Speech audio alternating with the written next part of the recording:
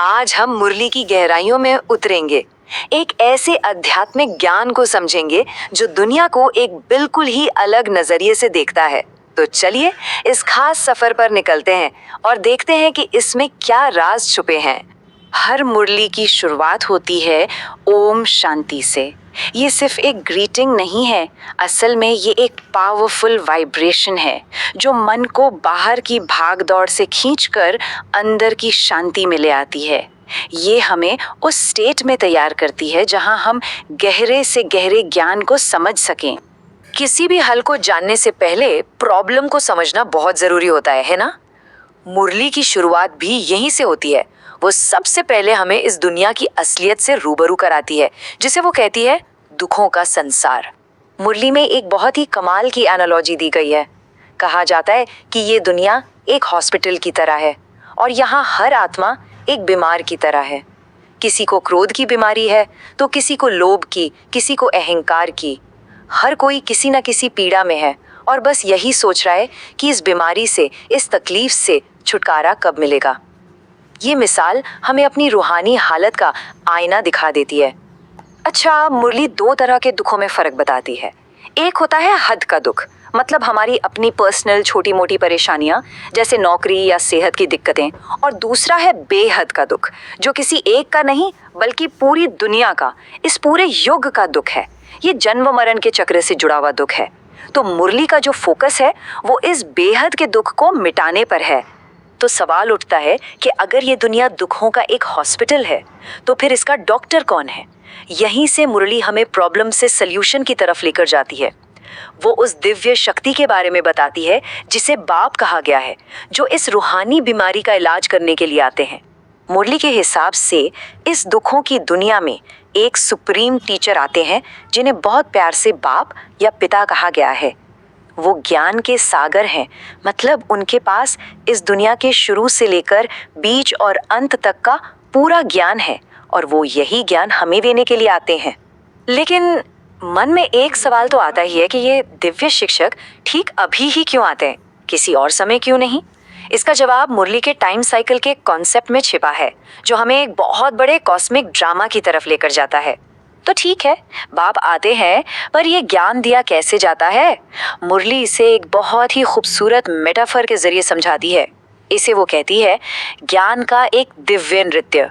और नहीं, ये कोई फिजिकल डांस नहीं है, बल्कि एक ऐसी प्रोसेस है जिसमें ज्ञान और प्रेम का एक अद्भुत संगम देखने को मिलता है।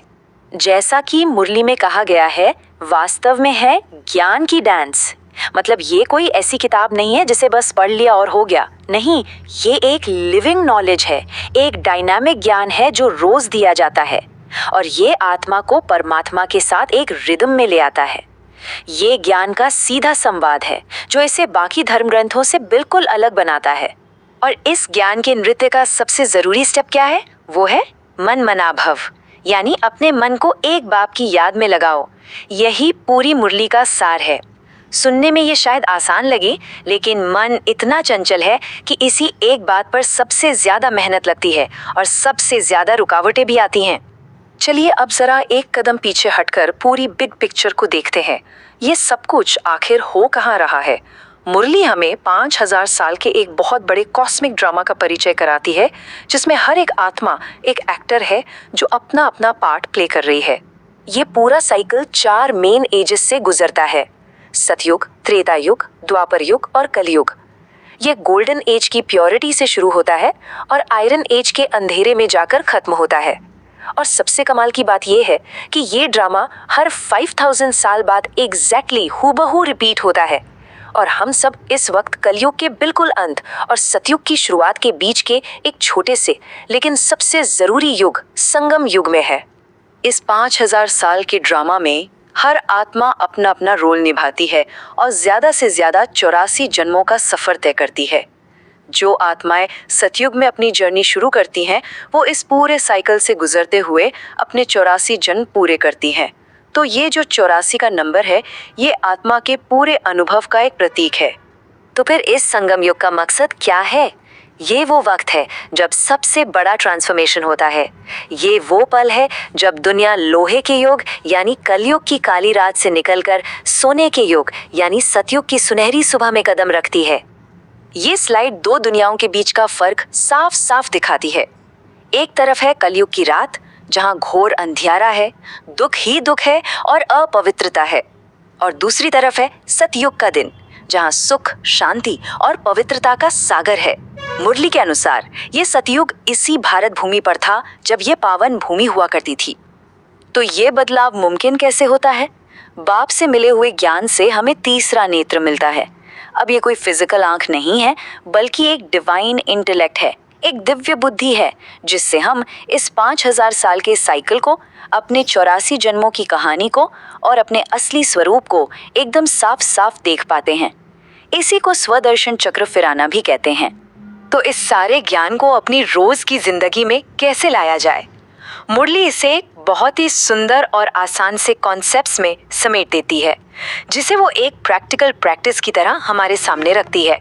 मुरली इसे कोई बोझ या मुश्किल साधना नहीं कहती, बल्कि इसे एक रूहानी हॉबी का नाम देती है। सोचिए, जैसे हम कोई हॉबी मजे से और शौक से करते हैं, ठीक वैसे ही बाप को याद करने की प्रैक्टिस एक मजेदार आदत बन जानी चाहिए। ये एक ऐसी हॉबी है जो हमारी आत्मा को साफ करती है और हमारी खुशी को कई गुना बढ़ा देती है। तो इस प्रैक्टिस का निचोड़ क्या है? मुरली इसे 2 मेन पॉइंट्स में समझाती हैं। पहला, अपनी बुद्धि से इस पुरानी शरीर और इस पुरानी दुनिया को भूल जाओ और अपने असली आत्मिक स्वरूप और अपने घर परम धाम को याद करो। और दूसरा, बाप से जो ये ज्ञान मिला है उसका लगातार मंथन करते रहो, ताकि हमारी बुद्धि हमेशा चार्ज्ड रहे, भरपूर रहे।